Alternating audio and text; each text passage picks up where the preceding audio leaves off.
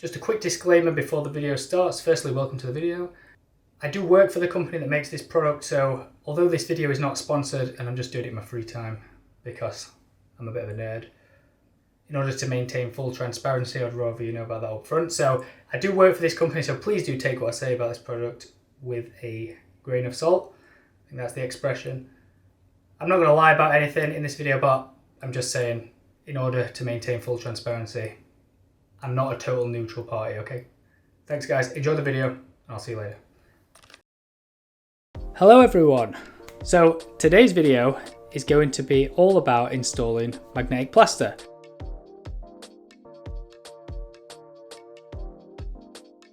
So magnetic plaster is something that while I was working, I was sort of aware of a little bit, but it was something that I'd not really used before as a plasterer. The reason I didn't use it is because it was a little bit alien to me, so I was a little bit worried that if I did use it, then I might make a mess of it. But since I've been working at British Gypsum, I've tried using magnetic plaster multiple times now, and I think it's a fantastic product. It's much easier to use than people assume.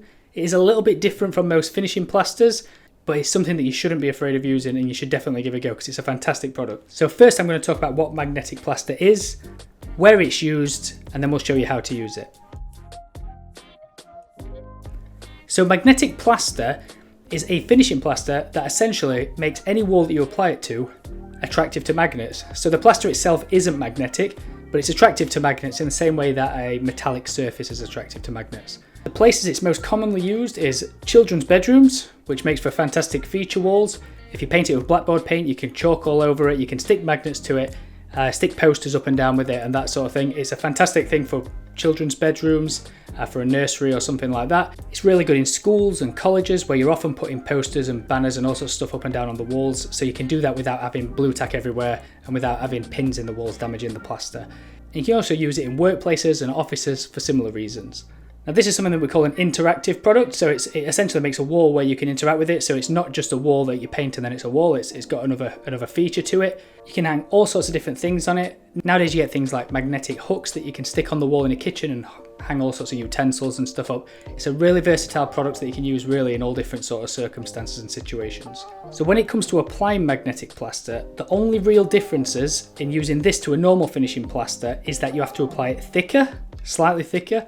So a normal finishing plaster, you'd typically apply it about 2 to 3 mil. So we say about 2 to 3 mil. Magnetic plaster, we apply at 3 to 5 mil. So the thicker the better really in terms of the magnetic effect. Once you get up to 5 mil, going beyond that doesn't really get you any additional magnetic effect. So 5 mil, 3 to 5 mil being optimal, 5 mil probably being ideal.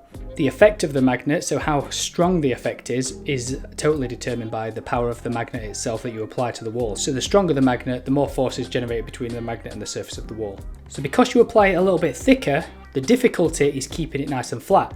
So it dries a lot slower because it's thicker, and you need to trowel it up as if it's drying slower and let it pull in before you apply each coat. We'll go through all that in a moment, but that's basically the gist of it. You apply it a bit thicker, and because of that you have to give it more time.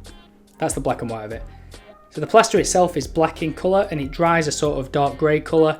So once it's dry you can paint with any kind of paint and then you've got a magnetic wall. You can stick whatever you want to it. What you do with it is totally up to you, but for the purposes of this video we're just going to show you how to apply it. So this video I filmed whilst we was plastering one of the corridors at work, so it was as a display. We were sort of doing this entire corridor to make it magnetic so we can show off to people when they visit the centre. So we was asked if we wanted to do it, so we agreed. I thought it'd be a good opportunity to record it and then show some of you guys exactly how you do it. So I think that's about everything. Let's get on with the video.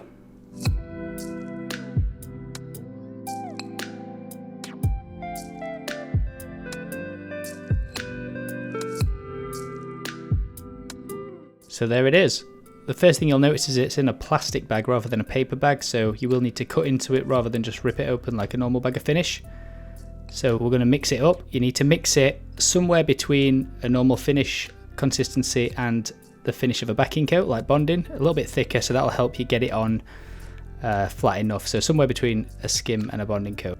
So this room has been prepped with Thistle Bondit, which is a primer with the grit in it, and it's dried and it's all ready. So in terms of prep, it's exactly the same as you would for a normal skimming coat.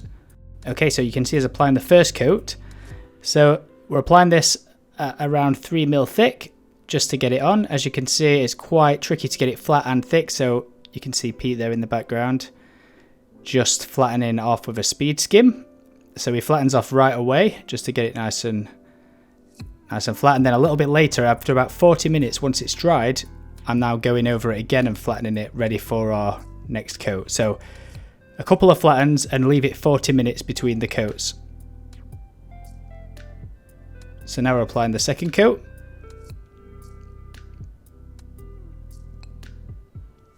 Now again, we're aiming for a thickness of about 2 to 3 mil.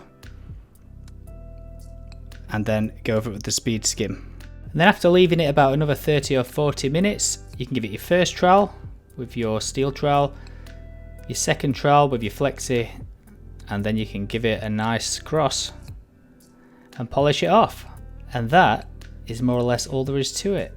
Now I'm assuming that you have some basic knowledge of skimming, obviously. If you don't, then please check out my other video on how to skim a wall, and I'll go through the basics, and you can apply those basics here.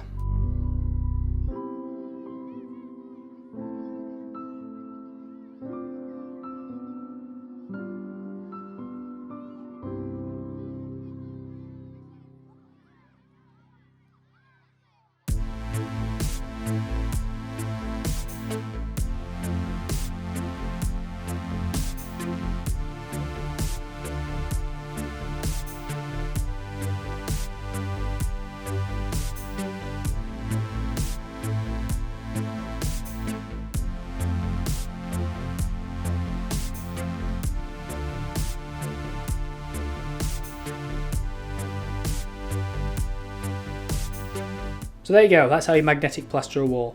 The main things to remember are to keep it nice and thick when you're putting it on. Like I said, aim for about 3mm a coat, something like that.